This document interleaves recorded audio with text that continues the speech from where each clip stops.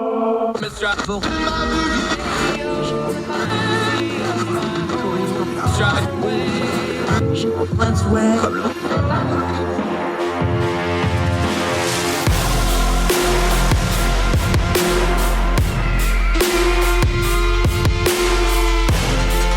your host, Andrew Donaldson.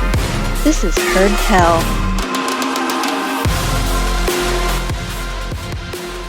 Welcome back to Heard Tell. Okay, here's a guy that I've been relying on for a while. We just haven't talked to him for a while. We had his buddy Joe on a lot during the midterms, but we got a national election. That means we got to pull out all the Elections Daily big guns. He is the editor-in-chief and the founder, I think it's fair to say that, of elections-daily.com. Our very good friend, Eric Cunningham. How are you, sir? Been far too long. Yeah, I'm doing good. It has been a while. Certainly has been. Yeah. And for those of you that don't know, elections-daily.com, put them in your rotation. A lot of straight data. They do a little bit of commentary, but mostly it's real data heavy stuff. They're great on elections. They saw that there was a need for a new way to cover elections. They just started doing it. I call him the wrong kind of mountaineer because he's an Appalachian State guy. But nevertheless, y'all have been doing it. It's gotten bigger. We were just talking about it. You're on your third major national election now. For folks that aren't familiar with Elections Daily, just real quick, and we're going to get into this Senate race. What is it you do? Why is it different? And why has it caught on and you're having the success you're having? Yeah, so we basically just started around the 2020 cycle. There was a lot of election outlets at the time that were specifically focusing on the data side of things. And almost all of those outlets tended to be partisan. They tend to be Republican or they tend to be Democrat. That's not a bad way to cover things. They're, daily cost elections on the Democratic side, RRH elections on the Republican side, do a pretty good job covering the data, but they have their partisan biases. They're from an angle of supporting Republican or supporting Democratic candidates. So the data is obviously going to be inherently a little bit different than if you're doing it from a nonpartisan angle. We're not partisan. We don't have a side we're rooting for. We have an even number of staff members who are Republicans or Democrats or anything in between. And we just try to cover things from an objective angle, kind of removed from the sort of more partisan angle of the data politics side of things. Yeah, Eric Cunningham joining us. We're going to talk your latest piece at elections-daily.com. You're taking up the Senate. All right, here's the overall dynamic. You tell me if this is how you're seeing it.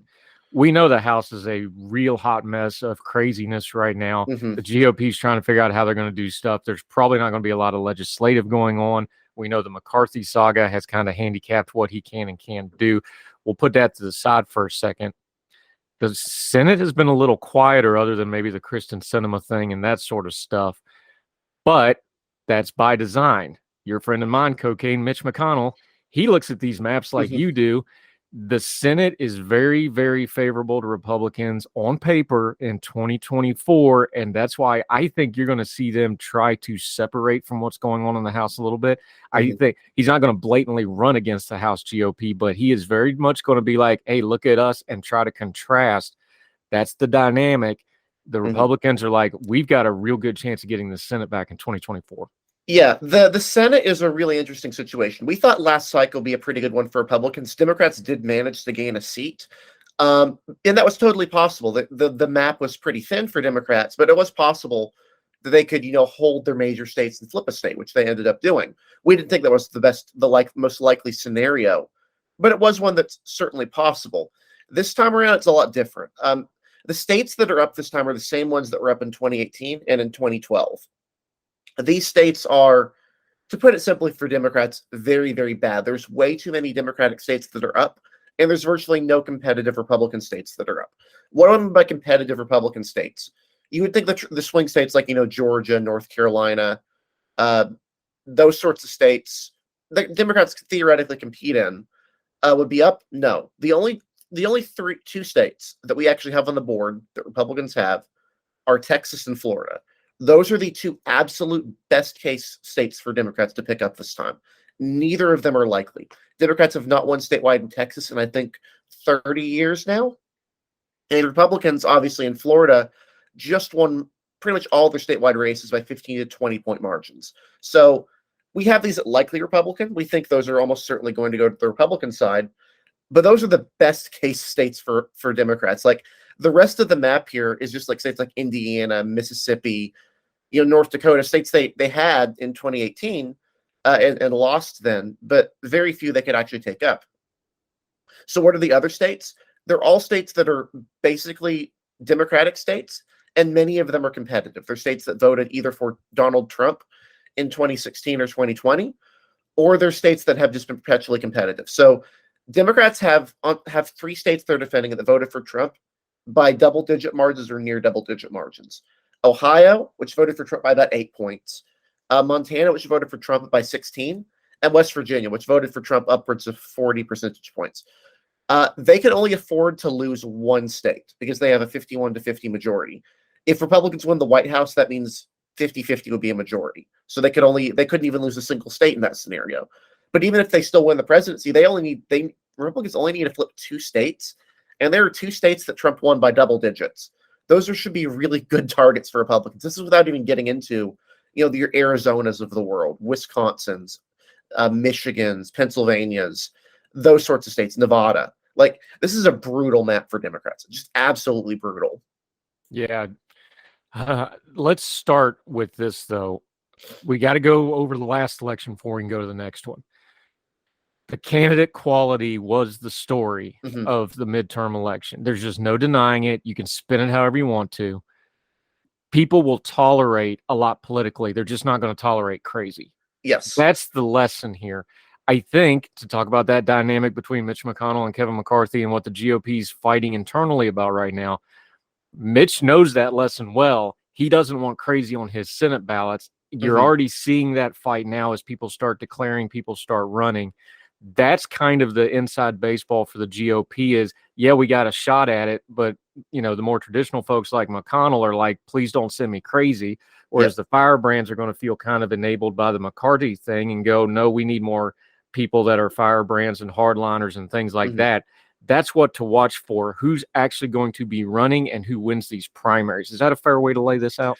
Yeah, it's really going to boil down to candidate quality. Not as much as last time, because the states that were up last time were closer to the national, median. States like Wisconsin, North Carolina, Pennsylvania, Nevada, Arizona, states like that. Some of those are up this time as well. But you also have states that are out of the mix that would be there's states Republicans flip even with a bad nominee. But yeah, last time Republicans uniformly in pretty much all their swing states nominated bad candidates or very bad candidates. We're talking in places like Arizona, they nominated Blake Masters, who, if you looked at him, you could just see kind of the problem. If you listen to him talk, look at him, look at his platform, this is the type of guy that scares voters off. And a great contrast here is Georgia, right? Brian Kemp is a very, very conservative governor. He's a very, very conservative individual. He's also not crazy. Voters were more than happy to give him a second term by 8 percentage points, but they didn't vote for Herschel Walker. They voted for Raphael Warnock instead because Herschel Walker was just a bad candidate who scared voters. This is just fundamentally something Republicans have to realize, is that they cannot sit out of these primaries. There's a reason Democrats intervene in almost every single primary in every state, regardless of what it is. They try and avoid letting their crazy wing get states, and it tends to work. They tend to at least get nominees who you can imagine being elected. Like the best Republican recruit last cycle was probably Adam Laxalt, and he still lost. That says a lot about just the state of Republican recruiting. States like Ohio, where J.D. Vance was the nominee, every other Republican on the ticket was winning Ohio by double-digit margins, high double-digit margins, and he managed to only win by 7. That's embarrassing. In a year that shifted Republican by about 5 percentage points or more, winning Ohio by a lower margin than Trump is really embarrassing. Just absolute clown show.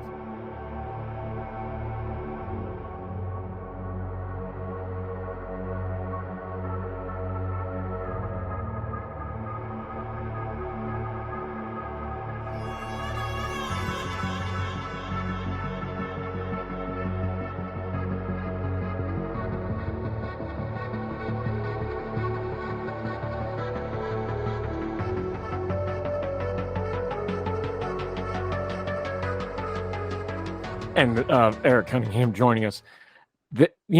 These kind of polling isn't everything, but you're a data guy. You're a data heavy guy. It's one of the reasons I rely on you and take your counsel on these things. Masters reportedly, and this is more than one person, he had some of the worst unfavorables people had ever seen. Like, you get that kind of stuff. Yep. You've already touched on some of the other things. Look at Pennsylvania with Mastriano for governor, and then the Oz thing, which nobody with a brain thought was a good idea. I hate to repeat myself, you just can't run crazy, especially look, if everything's good in the world, you can get away with running some crazy. When there's turmoil and questions and trouble in the world, people don't want crazy. I know we can talk all the data and all the politics and all the trends and everything else. For the average person, the normies, although I hate that term, it really is just that simple when they go to a ballot a lot of times, isn't it? Which one of these people do I want to hear from for the next couple of years on my TV? And it's not only that, it's people, they want politicians to be talking about the things that matter to them. Oz did not run a great campaign. He at least talked about that sort of stuff. Mastriano was talking about election fraud the entire time.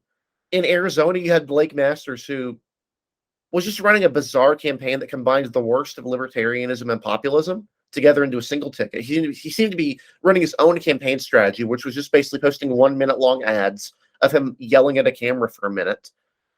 It didn't work. And when he did speak policy, oftentimes it was stuff that was unpopular. Like, for example, privatizing Social Security, or banning all abortions, or repealing Griswold versus Connecticut, which is the Supreme Court ruling that banning birth control, that prevented states from banning birth control.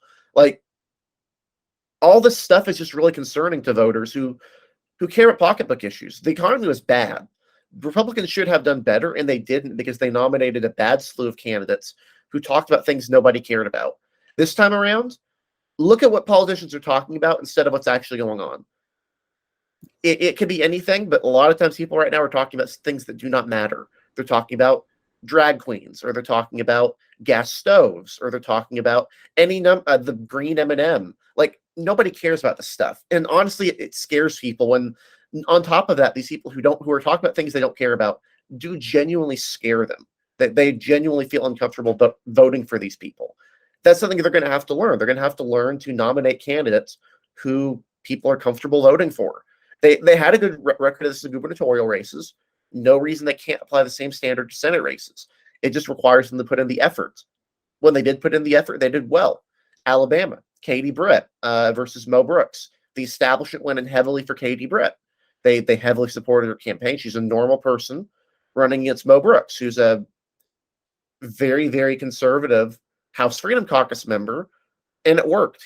She beat Mo Brooks by a decisive margin in that primary. Won almost every county in the state in the primary. This can work when they do it. They just have to bother to do it.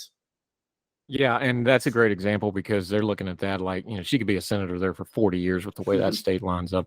Eric Cunningham joins. Okay, let's do what you do best. You get in these things and dig them in.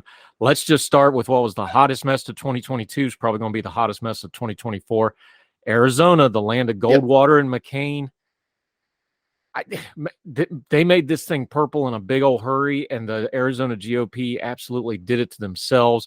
Now we got even more twist, because Kristen Sinema, she hasn't announced what she's going to do, but she did announce that she's going to be an independent now, caucusing with the Democrats. Obviously a deal. Look, let's be adults here. There was a deal struck there because she kept all her committee assignments. So, Schumer, there's a lot of hemming and hawing by the power brokers that be, where they're not exactly throwing her overboard yet. Ruben Gallego, which absolutely surprised nobody, he hit while the iron was hot and immediately declared for Senate for the Democratic Party. This is going to be the top line, what's going to happen race of this Senate cycle, because of what happened last time and what looks like it's going to happen this time. I know the GOP side, but let's just start right there. What's this dynamic going to be, and does anybody really know? It honestly just boils down straight up to who Republicans nominate and how good of a candidate Gallego is. So here's the problem. Kyrsten Sinema was elected in 2018 on a promise to be moderate. I don't think anyone expected her to keep that promise. She was a liberal in her college years, liberal through most of the 2000s of the legislature, moderated to win a House seat. People assumed, I think Democrats assumed, that when Arizona did turn blue, she would do a Kristen Gillibrand and go to the left, but she didn't. She's stuck in the middle. She has really irritated people, despite having a 100% voting record with President Biden, for not going far enough on legislation. Gallego is not a good candidate. I know a lot of people on Twitter, a lot of people on the Democratic side are trying to hype him up. He is very progressive, probably too progressive for Arizona. He has a track record of making really abrasive comments on social media, salty language, insulting pretty much everyone on the Republican side. And I think that would turn off suburban voters. The problem is, and so you have those two people there. You have Gallego and Sinema. If they're both running, we don't think Sinema wins, but she could eat up to 5-10% of the vote. You would think that would benefit Republicans, right? I mean, you would think that, but we're not entirely sure because we're not sure what the Republican side is going to look like. Yeah, and talking to Eric Cunningham, there's reporting out of Arizona. Look, this isn't my opinion. This is people in Arizona that tell me these things because I just sit here and talk, but I do talk to people there. There's getting to be some resentment over the state-run Arizona GOP, even by Republicans out there. They're getting really tired of this. If they run another crazy person, and I'm sorry, there's a good chance. There's a good chance they do that. There's a great chance of it. 4 of the 5 candidates who are even considering a run are lunatics. If they run another crazy person, I don't know how you even lay this race out because, Gallego, he's abrasive. The propensity for him to say something really off the wall that offends people is probably really, really high in this rate. Sinema could hold the course and wind up being the most normal person in this rate. Is there a path for her to survive this if everything around her goes crazy and she just kind of keeps her head and she keeps kind of that? I know people roll their eyes. Having the support of the U.S. Senate as a sitting U.S. Senator is a big thing. That is not nothing to sneeze at. If they don't particularly go after her, does she have a path here? I think the gambit that she's making is that she can convince Democrats to stand down and not nominate someone. That's what I think her gambit is. Do I think it will work? No. But if Gallego proves to be this abrasive, as I expect he will be, and this inept, I do think it's possible you could see an effort from Democrats to try and make sure that Sinema, to try to either keep their nominee off the ballot or to have Sinema win the Democratic primary in some manner and then run as an independent anyway. That would be, but again, that'd be very unlikely because Sinema is very unpopular with Democrats. Democrats are unhappy that she voted for $2 trillion in new spending instead of $5 trillion in new spending. It's relative standards here, but yeah, that's her best chance. We would give her very low chances. We have this as a toss-up right now because the Republican side potential candidates Carrie Lake, Blake Masters, Andy Biggs. It's not good. It's really bad. And folks are going to recoil that you called them lunatics, and that's probably a little far. People like Mark Lamb, who thinks that local sheriffs have more authority than the federal government. Like we're not exaggerating. Yeah. These are off the wall bonkers people that don't need to be anywhere near elected office. Yeah, no, seriously, Lamb is a great example. He is aligned with a movement of sheriffs who are convinced that the supreme authority in the United States is not the Constitution, but is local sheriffs. This is ridiculous. This is just straight up ridiculous nonsense. And he adheres to this. He's a supporter of this. He's gone to conferences supporting this viewpoint. Absolute lunacy, and yet this could be the Republican Senate nominee. Like in that scenario, is Gallego, that is his propensity to say dumb things on social media. Does it matter as much as the sheriff potentially, supporting J6 and thinking that he is the supreme lawgiver in the United States? Like this is why we have it as a toss-up instead of leans Republican. If this is a competent Republican field, we could have moved it to leans Republican, but we didn't because this field is bad. Yeah, it's going to be interesting to watch. Let's go to Montana, which has almost the opposite problem. John Tester, Democrat, quite popular bipartisan-wise across the U.S. Senate. And again, people roll their eyes, but that's a big deal. Like people like Tester, they like working with. He's one of those guys that has a reputation. You can work with him, right? So he's not going to get any fire from his backside from Washington. But this is almost the opposite problem where Tester's a Democrat. It should be a Republican pickup on paper. But the Republicans might infight their way into Tester surviving here. Yeah, so Montana voted for Trump by about 16 points. It has been more Republican than that before. It shifted a little bit left in 2020, which tends to happen in Montana. They tend to swing against incumbent presidents of either party to some degree. Democrats tried to compete here statewide in 2020, and they lost. They lost the Senate race by 10 points with the popular governor. So you would think this would be a pretty easy race. The problem is the Republican side isn't great on top of all you said about Tester. Last we checked, he has about a 60% approval rating, which is really good. That's what you would need to win a state like Montana. The Republican field is basically, as of right now, Ryan Zinke and Matt Rosendale. Matt Rosendale is one of the leading House Freedom Caucus members. He is abrasive. He lost to Tester in 2018. And then Ryan Zinke is a scandal-plagued former cabinet official who only won a House district by 3 that he should have been winning by 10 or 15. Not a great field on the Republican side. There could always be more that jump in, but this is what it looks like right now, and it looks like the Club for Growth is really going to go in for Rosendale.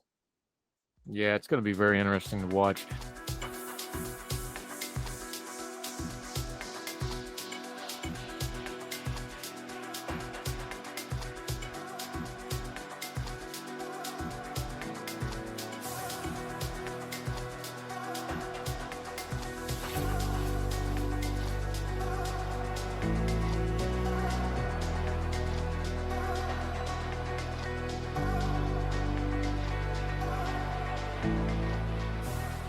Eric Cunningham joining us. Let's go to Ohio. Look, these are people that came up in 2018. This is a very different map. Ohio is very different. This used to be a swing state. It's no longer a swing state. It's solidly Republican at almost double digits probably by the time we get to the next cycle, depending on who the presidential nominees are. Sherrod Brown's a weird one because he wasn't supposed to win the first time. What's the landscape for him coming up this time? And like you said, again, we're coming out of a thing where J.D. Vance won, but he underperformed. What's the landscape looking for Sherrod Brown right now? Of our 3 toss-ups, this is the one we feel most confident will go to Republicans. If we did tilt ratings, and we don't because they're bad, this would be in the Republican column. The reason we're holding it at toss-up right now instead of leans Republican is we do want to see the Republican field solidify a bit more. Both of the announced Republican nominees, or both of the Matt Dolan is the only one who's announced right now, I think, and he would win this race pretty easily, I think. But he'd have a problem winning the primary. He's a bit more moderate than a lot of Republicans would like. We think the Ohio Secretary of State LaRose is going to announce. He would also be a really good nominee. The risk comes if Republicans nominate someone a bit more on the nutty side, which is always possible. This could be a clown car primary field like it was last time. Vance only got about 1/3 of the vote in his primary win, which is how you got someone like him running. We do think this time will be different, and we don't think Sherrod Brown is that popular. His approval is about +8, which when you consider Ohio is about Trump +8, that's not where you would probably want it to be. You would want it to be more than 60-point margin, about 55 to 45. It's possible he wins. That's why it's a toss-up. But we really do think that when the Republican field solidifies, this will be one that we move into the Republican column eventually. Brown is a good fit for the Ohio of 10 years ago, but it's increasingly difficult for someone as progressive as him to actually be able to hold on in the state, especially against a candidate who is not, like it was last time, Jim Renossi, who did not run a campaign. This time he's going to have someone who will be running a campaign. Yeah. Eric Cunningham joining us. Michigan, state that is now went from swing state to pretty solidly blue in 2022, kind of surprised some folks.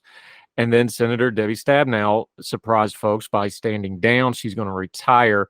However, this is one of the states where the Democrats actually have a pretty deep bench of pretty good candidates. This is going to be a tough pickup for Republicans, but how do you see this race? So this is a leans Democratic race right now. Democrats have a great bench. They have a bunch of qualified nominees to choose from because they've won wave elections there in 2018 and 2022.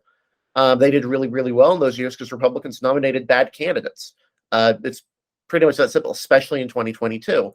The Republican side of the field, this would be a tough state even if they had a good field. They don't have a good field this time.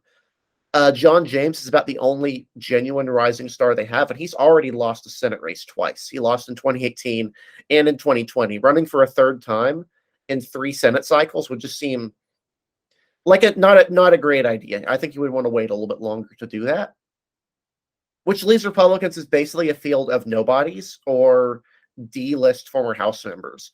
Someone like Peter Mayer would be a great Senate candidate, but he lost his primary. He wouldn't win statewide. We're pessimistic about this. We do have it leans Democratic because at the moment, the field, we don't know who Republicans are nominating, but we do know Democrats are going to nominate someone who's probably pretty good. Probably Alyssa Slotkin would be one of the ones that would be up there. We're pretty confident. Yeah, Eric Cunningham joining us. Let's go out to Nevada, a state that everybody needs to be paying attention to because of a couple things. One is they're going to take a test run with ranked choice voting and things like this.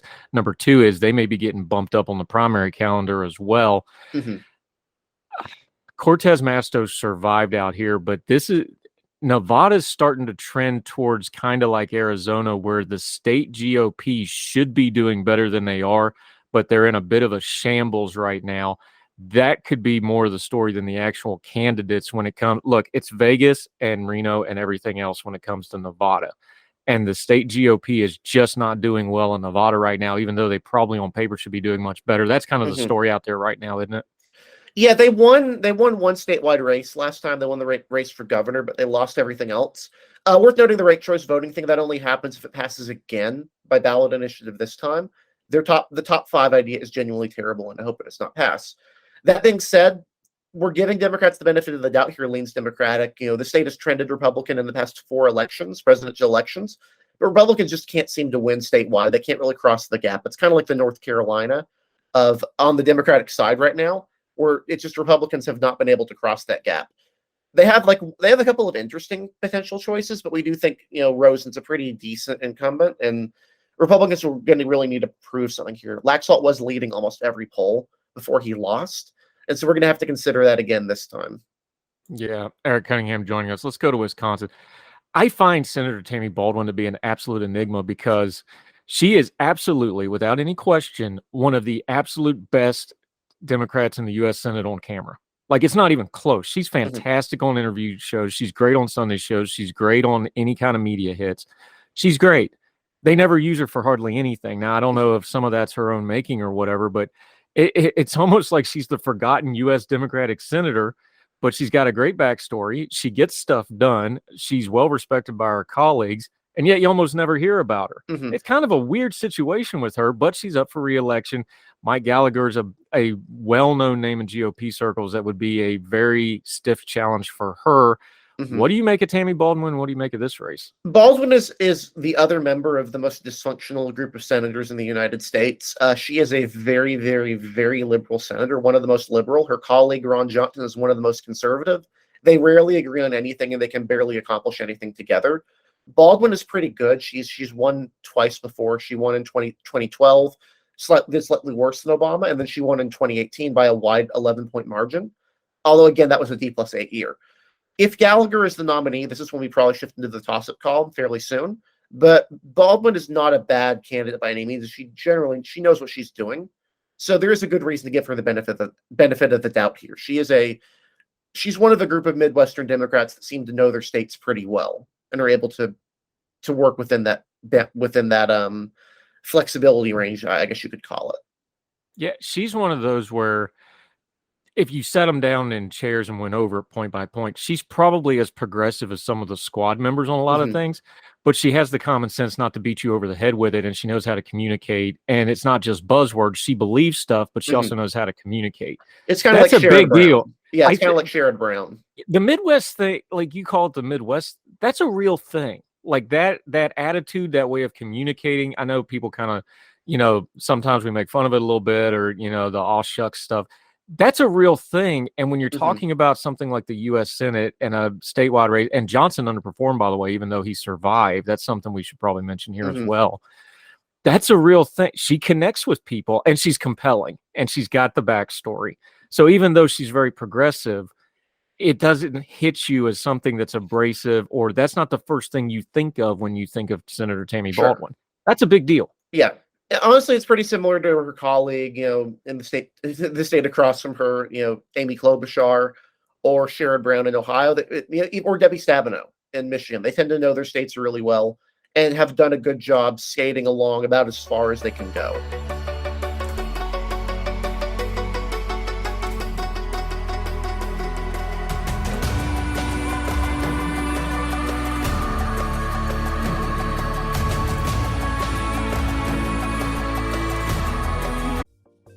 Folks, if you've listened to the Heard Tell program, you've heard our friend Gabriella Hoffman, but you need to make sure you're checking out her podcast, District of Conservation. It's a podcast exploring the nuances of true conservation efforts from D.C. and beyond. From topic discussions to exclusive interviews with conservation and energy newsmakers, Gabriella keeps listeners appraised of the latest news stories while elevating important voices. Listen to District of Conservation on Apple Podcasts or wherever podcasts are played. Religion is at the intersection of our 21st century life, even if we don't express a faith. At a time when it seems that religion isn't as prevalent as it once was, it still leaves its mark everywhere. As a pastor, I know that religion isn't something I just do on a Sunday, but it's found in every nook and cranny of my life. Sexuality, politics, social media, the economy, war, nationalism, all have some kind of religious angle to them. And as a communicator, I want to find the stories that can help people understand this part of our society that is so important to so many. Hi, I'm Dennis Sanders, and I'm the host of Church and Main. Church and Main is a podcast about the journey of faith and where it intersects with modern life. I look at faith with a journalist's eye, asking the who, where, what, why, and how religion affects some of the major issues of the day. Join me as we journey together. You can listen to Church and Main podcasts at the website churchandmain.org or on your favorite podcast app. I look forward to seeing you.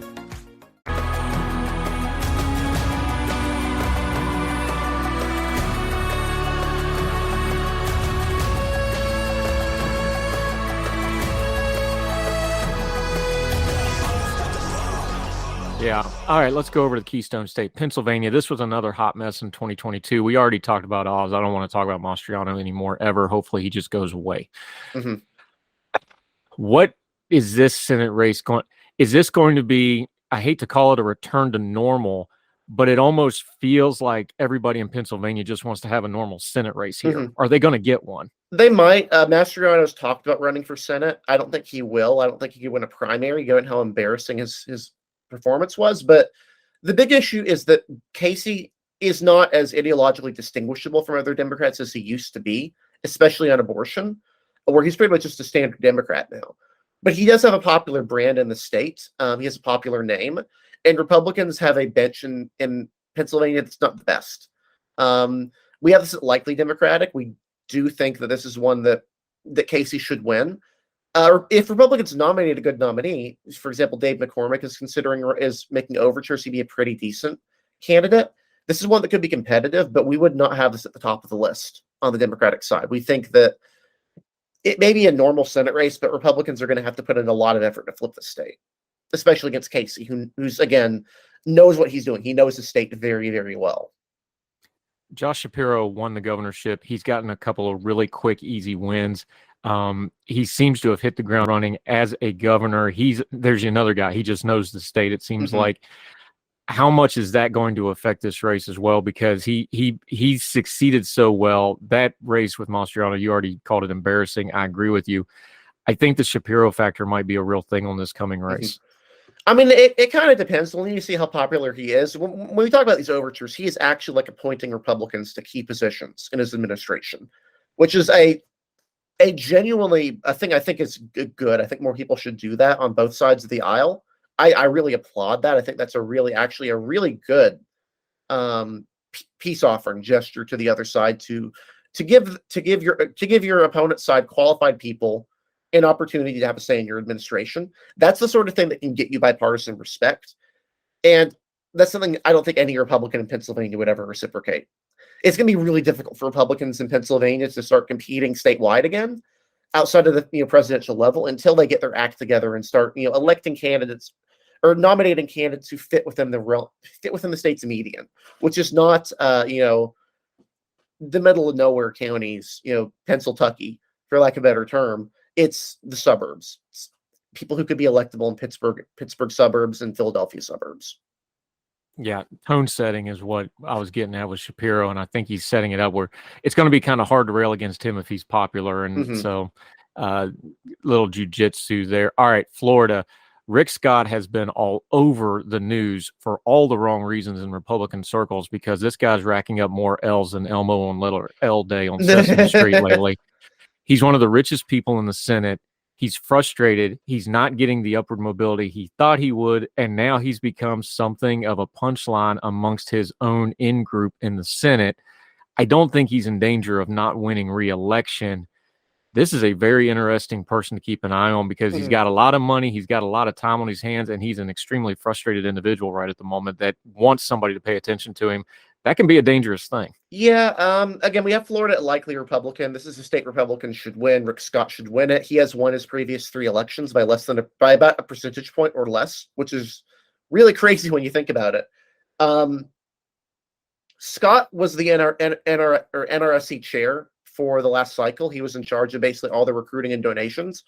And the result was, frankly, gross mismanagement of the NRSC. He completely opted out of spending in any primaries at all, leaving that to Mitch McConnell. He basically just took a position that any nominee they put out is a good nominee. He spent a lot of money. We're talking millions, tens of millions of dollars on efforts that ultimately did not achieve anything of value. And so and then after this, he had the gall to run for majority leader, which he lost by a wide margin because of course he would. So he's in a bad position right now. He did genuinely think he could be a presidential contender. I think nobody except him thinks that's actually possible at this point. But he does know Florida really well. He does know Florida pretty well. He speaks Spanish. He won a Senate race in 2018. He beat an incumbent senator in a Democratic +8 wave year, which is just something that does not happen. You do not see states like this flip. I don't think we've ever seen a state flip like that in a Senate in a long time. And so we have it likely, but we think it all depends on the Democratic nominee. It depends on if Scott has actually damaged his brand in his own state. And it also depends on how close to the median Florida comes back to. We don't think Republicans are going to win it by 20 points in 2024, like DeSantis did. But if it's going to be closer to 10, Scott should be fine regardless, even if he has suffered a little bit. Yeah, let's go down to Texas. You can tell Ted Cruz is up for re-election because he all of a sudden in the last week or so started talking about term limits again as he runs for his 3rd term in the U.S. Senate. Mm-hmm. Hi, Ted Cruz. How are you doing, sir? The problem here isn't that he wouldn't be in a competitive race normally. He squeaked by with just under 3% last time to much fanfare. There's just absolutely nobody on the Democratic bench in Texas that's going to win a statewide election right now unless something really screwy happens. That's pretty much the long and the short of it, right? Yeah, Texas Democrats are a joke of an organization, similar to Florida. They have not won a statewide race in 30 years. They've not come close, aside from one Senate race in 2018, where that was basically more of a Ted Cruz thing than a Beto O'Rourke thing. We'll believe this happens when we see it. Again, we do think this is going to be within 10 points in all likelihood, especially with Cruz as the Republican nominee. But this is like when the best Democratic target in the country is Texas. That's telling you how bad things are. This is not a state that should be at the top of the list, but this is literally their best state to go after. That's a sad testimony. Okay, you also list all the safe states. We're not going to go through all of them, but there's a couple really interesting ones we want to touch on. I'm interested though, while we get out of likely, because you have not mentioned West Virginia yet, which we have. I was saving it to the end, but okay, fine, we'll do it now. Look, this is all about whether or not Joe Manchin runs again. If he runs again, Democrats have a shot. If he doesn't run again, this thing's going red pretty quick. It also depends on who's in the field. But of course, I follow this one pretty closely for a lot of reasons. Give me your take on it first, and then I'll share you mine. So our take of this is pretty simple. If Joe Manchin loses even 5%, if even 5% of Trump voters stop ticket splitting, Joe Manchin loses. And his approval rating is in the tank right now. It's about 40% according to Morning Consult. I've seen lower. We think it is. We have it likely Republican. We do think Manchin is the decisive underdog here.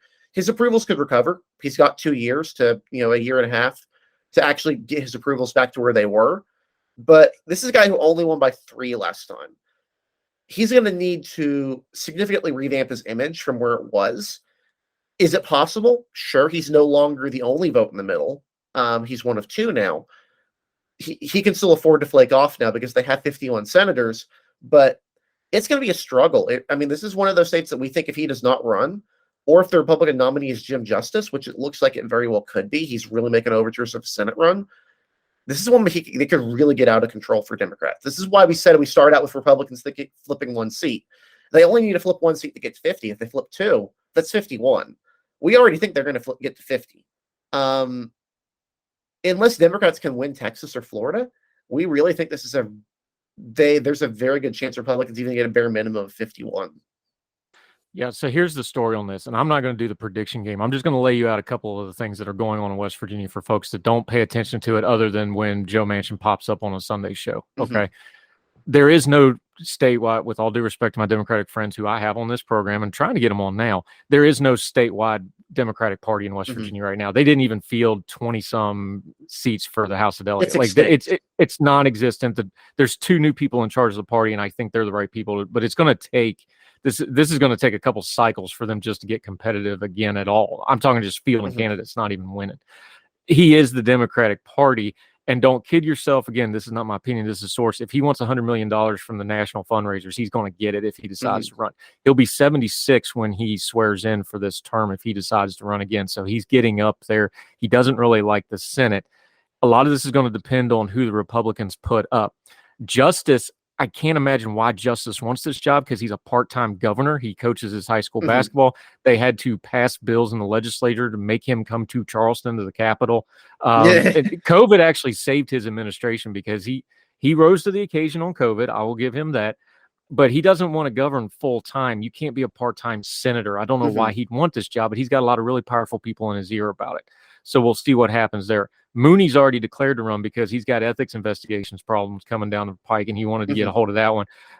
Manchin might run for re-election just to fight. Oh, yeah. Because they hate each other. Manchin endorsed Mooney's primary, David McKinley in the primary against Correct.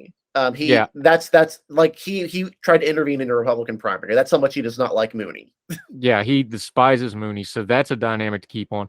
Here's the other one to pay attention to a little bit, and people are going to roll their eyes a little bit. You mentioned split ticketing. Since they got rid of straight ticket voting right about the time West Virginia went red. Those 2 things are not accidental, okay? But Joe Manchin has gotten split ticket voting. Here's the dynamic everybody needs to pay attention to in the state of West Virginia. They have super majorities. There's only 13 Democrats in the entire House of Delegates and state Senate combined. Everybody and their mother is running for West Virginia governor on the Republican side. Powerful people, big name people. Shelley Moore Capito, the U.S. Senator, her son's running. Miller, the U.S. Rep, her son's running for governor. There's going to be a hot mess of people running for these seats because they know on the Republican Party you've got a good chance of winning. You've got super majorities that aren't getting a lot of stuff done. There's some controversial stuff going through the House of Delegates. Just because it's a super majority doesn't mean there ain't going to be infighting. There is a dynamic here where whoever they put up for governor, it could get messy on the Republican side. I know on a phone and I know in an online poll, people are saying they're tired of Manchin. For the first time in about 20 years, going in a booth and voting against him, that's a little different, and I'll believe it when I see it. That's just what I'll leave. Yeah. And that's understandable. We're just looking at it from the data side of things, and we struggle to find a scenario where, unless like that happens, where he wins. We struggled to find a scenario where Susan Collins wins in 2020, and she did. But if West Virginia swings as much as Maine did from 2014 to 2020, Manchin loses by 15. Like, make no mistake here, he is running an uphill fight, especially in a presidential year. It's totally possible that there is some stuff that happens. That's why there's 2 years. These are ratings that are out right now. These are going to change in a year. They're going to change in 2 years when they actually have the election. We're a little bit early on these ratings. So it's entirely possible that we're looking back on this a year and a half from now, and Republicans have a clown show nominee for governor and nominated Alex Mooney for Senate under an ethics investigation. Yeah, that's a scenario where we change this rating. That would be what I would say there. Yeah, and I think the presidential candidate's going to really matter here too, because I don't think whoever it is in 2024 is going to get a plus 42 again. Yeah. So that could be a factor as well. But I agree with you. I think it's an uphill fight. I think the odds are against him. I've just been doing it too long. I'll believe that they're going to get rid of Joe Manchin when it actually happens. So just keep an eye on that.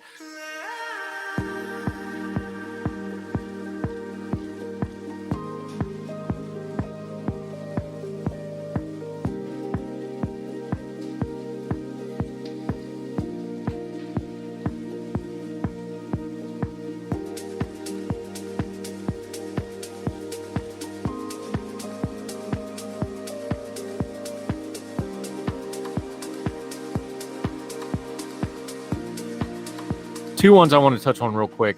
California, Dianne Feinstein hasn't officially said she's not going to run. Look, there's been rumors for years about her health, and I don't want to get into that just out of respect, but it's past time for her to go. We'll just leave it at that.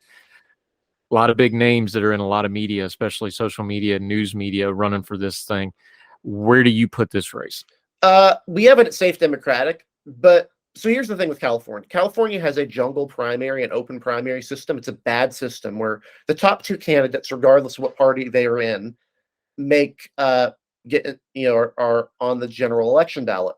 It's very possible that Democrats have both candidates going into November, which is terrible. That's absolutely terrible. It should not happen. And when it does happen, Republicans simply do not vote. Same happens the other scenario where there are elections where Democrats are locked out. There are going to be so many Democrats running for this seat. Adam Schiff is already running.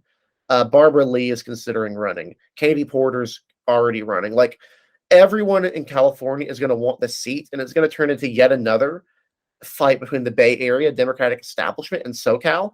And the Bay Area is going to win. Like, don't get any surprise. Don't get anything surprised that Katie Porter is not winning this thing. This is simply not how it works in California. I think it is very possible that we go into this race. There are two Democratic candidates, and if Republicans really wanted to, they could control which of the two is chosen. I don't think they'll have any real say whatsoever. Last time this happened, the choice was Kamala Harris or Loretta Sanchez, not Loretta Sanchez. The choice was Kamala Harris and one of the Sanchez sisters, and they went for Kamala Harris inexplicably, even though Sanchez is far less liberal than Harris.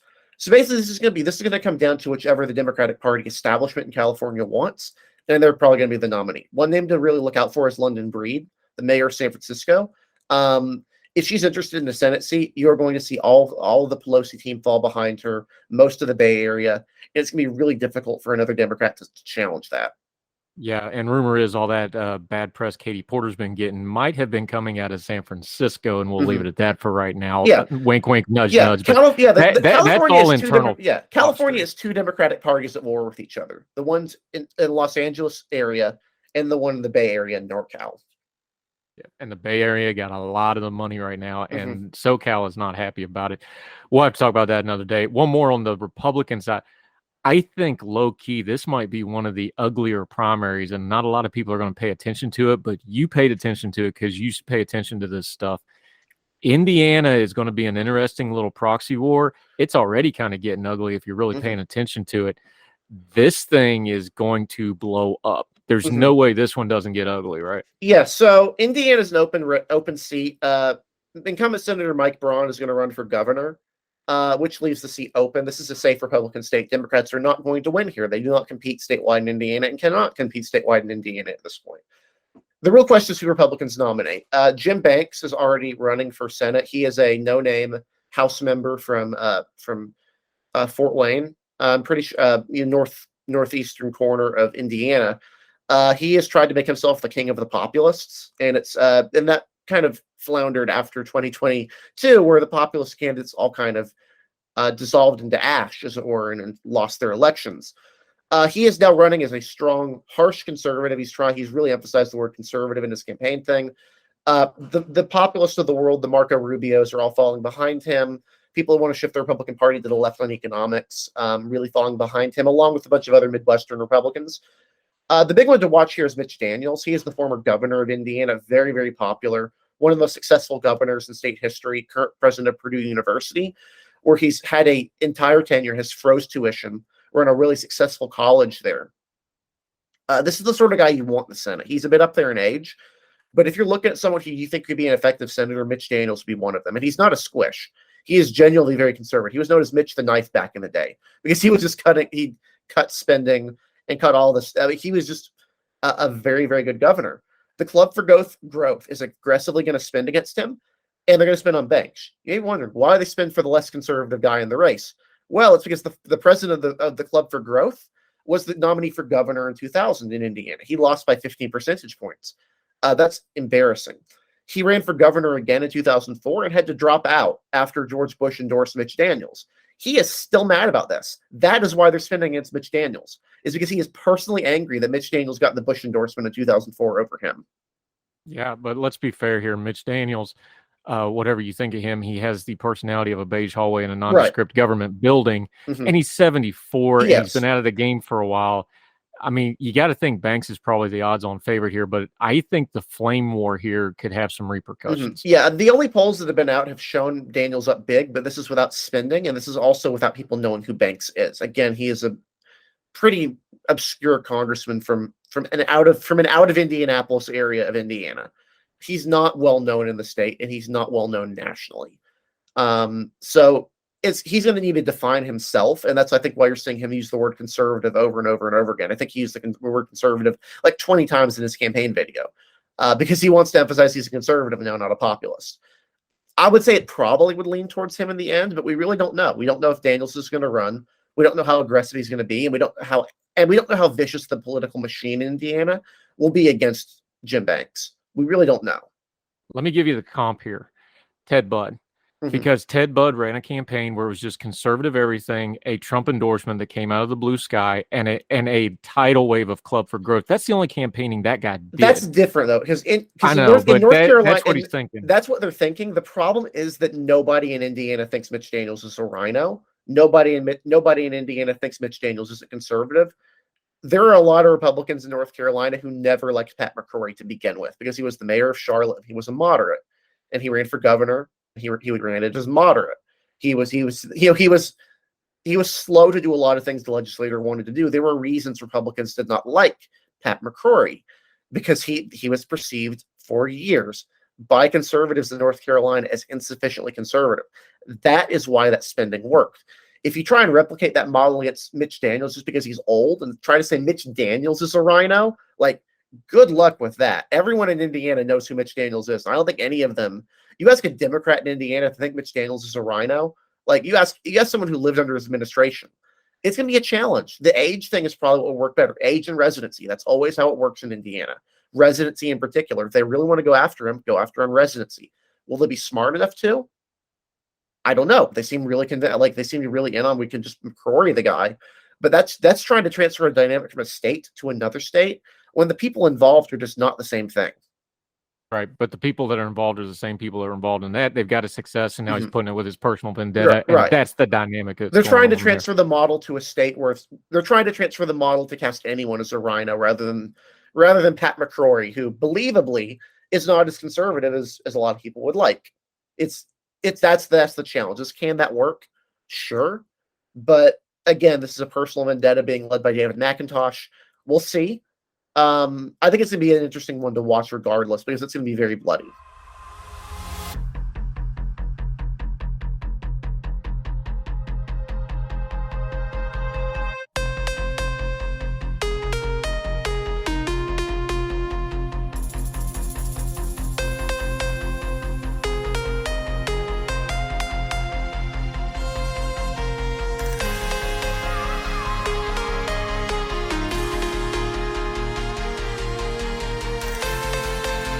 Yeah, I agree too. This is why we bring you on big, in-depth information analysis. You're great. We'll link to the piece, elections-daily.com. I imagine you'll be updating this probably quarterly or so, and then more often as we get closer. Let folks know where they can follow you, Elections Daily, what you got going on, and how to put y'all in their information rotation going forward till we get you back, my friend. Yeah, you can follow me on Twitter at DE Cunningham too. I mostly just post stuff for Elections Daily, along with some other pop culture stuff I've written for Ordinary Times, which Andrew contributes to. I've written some stuff about pop culture and whatnot there. You can find us on Twitter at elections_daily, elections-daily.com. We have a YouTube channel, watch a podcast there. If you want to get our articles in your inbox, you can go to our website and subscribe. It's at the top right corner. Whenever we post an article, you get notified. We do post a lot of articles, and we're going to be posting them more often, as we're starting to get back into the swing of things after Christmas, after this little lull in the news cycle. But yeah, really just liking and subscribing. That's how you can find our content. We're going to be moving our YouTube channel in all likelihood soon. We are under Decision Desk HQ. So we're maybe moving our YouTube channel a little bit. So do keep an eye out for that. We will announce that there if we do that. But yeah, that's where you can find us. Yeah, you do great work, my friend. We're going to have you and your compatriots on frequently in this cycle. We rely on you, and I've been with you since you first started doing this stuff. I greatly appreciate you. You do good work, sir. Thank you very much. Continued success. We'll do it again soon. Yep, thank you. Happy to be on. Yes, sir. Thank you. All the music on Her Tell is provided under a Creative Content license from monstercat.com. Somos la máquina.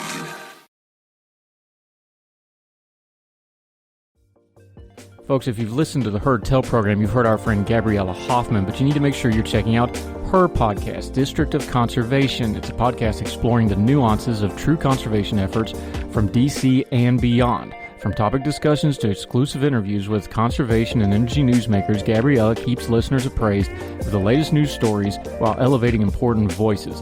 Listen to District of Conservation on Apple Podcasts or wherever podcasts are played.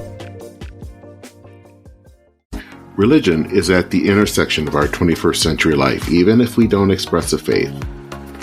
At a time when it seems that religion isn't as prevalent as it once was, it still leaves its mark everywhere. As a pastor, I know that religion isn't something I just do on a Sunday, but it's found in every nook and cranny of my life.